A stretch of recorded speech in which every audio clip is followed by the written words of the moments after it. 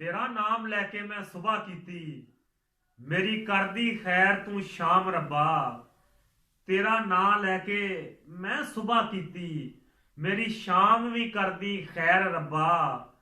मेरा खात्मा बिल खैर होवे, मंगा ए दुआ अठे पैर रब्बा।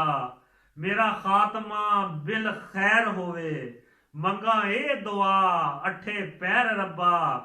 ते तेरी रहमत दी सदाई लोड़ रहिंदी, भावें पिंड रवां भावें शहर रब्बा।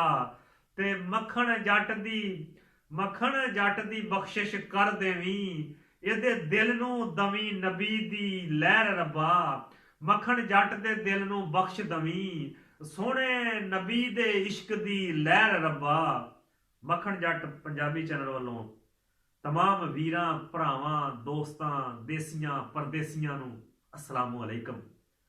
तो जनाब हज़रत अली रजी अल्लाह अन्हो शेरे खुदा सरकार दा कौल आ कि तुसी अपनी सुबह का आगाज सदके नाल करया करो।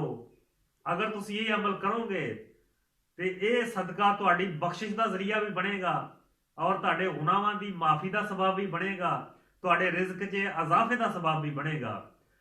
तो पुछण वाले ने पूछया या अमीर अल मोमिनीन सदका की करया करिए।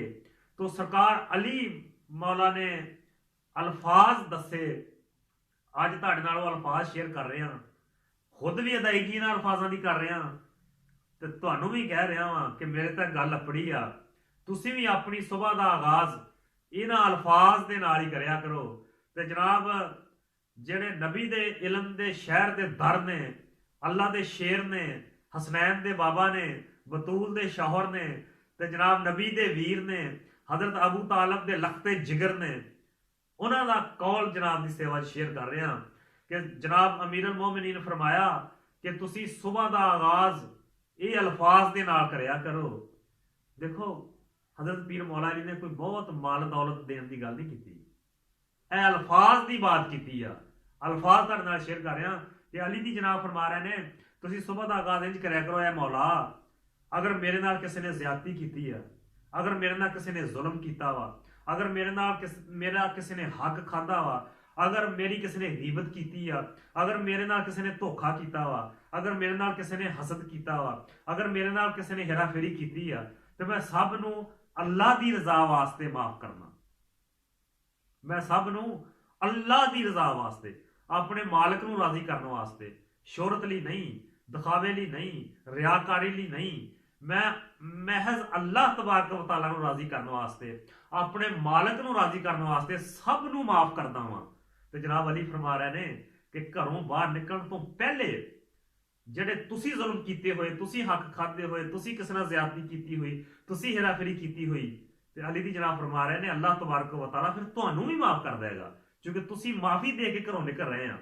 ਤੇ ਮੈਂ ਅੱਜ ਦਾ ਆਗਾਜ਼ ਜਨਾਬ ਅਲੀ ਦੇ ਇਨ ਅਲਫਾਜ਼ ਨਾਲ ਹੀ ਕਰਦਾ ਵਾਂ ਕਿ ਮੌਲਾ ਅਗਰ ਮੇਰੇ ਨਾਲ ਕਿਸੇ ਨੇ ਜ਼ਿਆਦਤੀ ਕੀਤੀ ਆ, ਕਿਸੇ ਨੇ ਜ਼ੁਲਮ ਕੀਤਾ, ਕਿਸੇ ਨੇ ਹੇਰਾਫੇਰੀ ਕੀਤੀ, ਕਿਸੇ ਨੇ ਗੀਬਤ ਕੀਤੀ, ਕਿਸੇ ਨੇ ਹਸਦ ਕੀਤਾ, ਮੈਂ ਸਭ ਨੂੰ ਤੈਨੂੰ ਰਾਜ਼ੀ ਕਰਨ ਵਾਸਤੇ ਸਭ ਨੂੰ ਮਾਫ ਕਰਦਾ ਵਾਂ। ਤੇ ਮੈਂ ਉਮੀਦ ਰੱਖਦਾ ਵਾਂ ਕਿ ਹਜ਼ਰਤ ਅਲੀ ਦੇ ਕੌਲ ਦੇ ਮੁਤਾਬਕ तू मैनू भी माफ़ कर देगा, जिहड़ियां मेरियां कमियां कताइयां तू उन्होंने भी माफ़ कर देगा।